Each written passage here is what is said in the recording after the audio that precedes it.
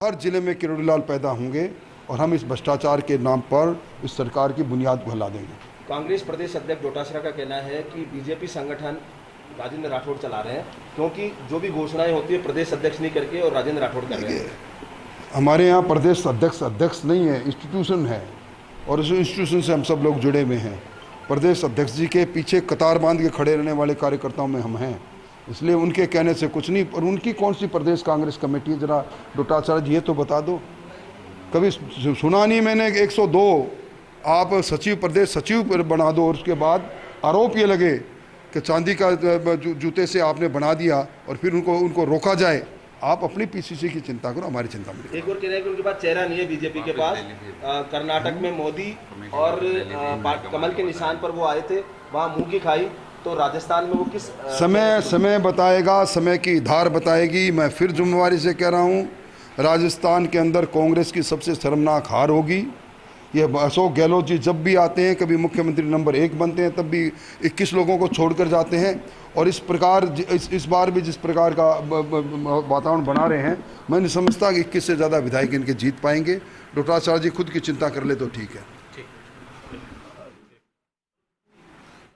नेता प्रतिपक्ष राजेंद्र राठौड़ हमारे साथ मौजूद है, उनसे हम बातचीत करते हैं। राठौड़ साहब, आप लगातार मीटिंग्स में बिजी हैं और आपके सामने 3 बड़ी मीटिंग है। राजनाथ सिंह आ रहे हैं, अमित शाह आ रहे हैं, जेपी नड्डा आ रहे हैं।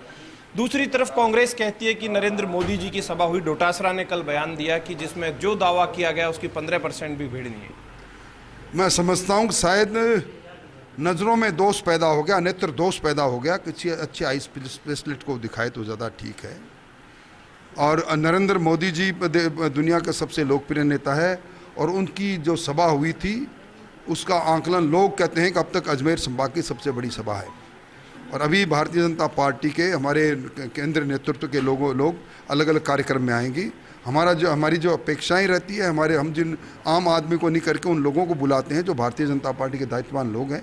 जितनी संख्या निर्धारित करते हैं उससे अधिक ही लोग आते हैं। आप पहले भी यहाँ लगातार आते थे, बीजेपी में बैठकों में मैं आपको अक्सर देखता था, लेकिन अब आपका प्रदेश अध्यक्ष सीपी जोशी बने हैं, उसके बाद भी आप आ रहे हैं। ऐसे में पीसीसी चीफ आपको लेकर बयान देते हैं, वो कहते हैं कि सीपी जोशी नहीं, भाजपा के अध्यक्ष आप हैं। कहते हैं फैसले भी आप कर रहे हैं, घोषणा आप कर रहे हैं, आखिर माजरा क्या है? देखिए, उनके कहने से कुछ नहीं होता। सामूहिक नेतृत्व है हमारा। ये हमारे अध्यक्ष जी की सहृदयता है कि जब कभी भी वो यहाँ नहीं रहते हैं तो हमें अधिकृत करते हैं कि हम उनकी तरफ से अमुक बातों को मीडिया के द्वारा जनता तक लेकर जाएं। वो उन्होंने जब भी अधिकृत किया है, हमने उनकी अधिकृत वाणी को आगे पहुंचाया है और आगे भी करते रहेंगे। एक और सवाल है, आप जब उपनेता प्रतिपक्ष थे और नेता प्रतिपक्ष कटारिया साहब थे तो आप दोनों होते थे। अब उपनेता प्रतिपक्ष सतीश पूनिया है, वो बहुत कम नजर आते हैं जिस लिहाज से आप होते हो यहाँ पर। और वसुंधरा जी तो आती ही नहीं है इन दिनों, बिल्कुल 1-2 बार कार्यक्रमों में आई होगी या कोर कमेटी की बैठकों में आई होंगी। वसुंधरा जी, आपको मालूम है कि गुप्त नवरात्रा में दतिया में विराजती है, इसलिए उनकी अनुपस्थिति कोई बड़ी बात नहीं। हमेशा मैं कई वर्षों से देख रहा हूँ, सतीश जी हर कार्यक्रम में थे। अभी नवलगढ़ में मेरे साथ बड़ी सभा में थे। और कौन सी ऐसी सभा है जिसमें सतीश जी नहीं है? वो अपनी विधानसभा को भी संभालते हैं और पूरे राजस्थान को संभालते हैं, पूरे राजस्थान के नेता हैं। लेकिन एक और महत्वपूर्ण बात है, आपको लेकर ही लगातार प्रहार क्यों करते हैं? क्या उन्हें लगता है कि आप बीजेपी में उभरते हुए तेजी से एक बड़े लीडर बनने जा रहे हैं? वो मेरे मित्र हैं, मित्र को मित्र की चिंता करनी चाहिए।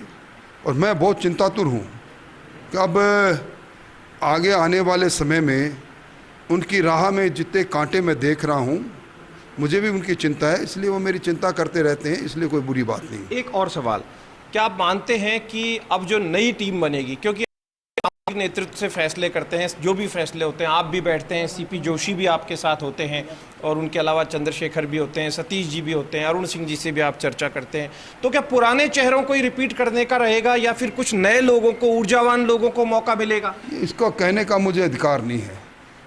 ये प्रोरोगेटिव है हमारे प्रदेश अध्यक्ष जी का, जिनको भी शामिल करेंगे, अच्छे लोगों को शामिल। युवा लोग हैं, वो भी इंतजार करते हैं कई लोग कि हमें मौका। हमारे प्रदेश अध्यक्ष से कौन युवा होगा जब जिस पूरी पार्टी का अगुवाई नौजवान हो, फिर नौजवानों का प्रतिनिधित्व वो कर रहे हैं। लेकिन आपने राजस्थान की राजनीति को करीब से देखा है, बहुत अगर राजस्थान की राजनीति में देखें तो भाजपा में आपको बहुत बड़ा पॉलिटिशियन माना जाता है, तो ऐसे में आप सलाह नहीं देंगे कि ये चेहरे मुफीद हो सकते हैं, अच्छे हो सकते हैं? जो भी बात वो करेंगे विचार विमर्श करके ही करते हैं, इसलिए अच्छी टीम आएगी, अच्छा निर्णय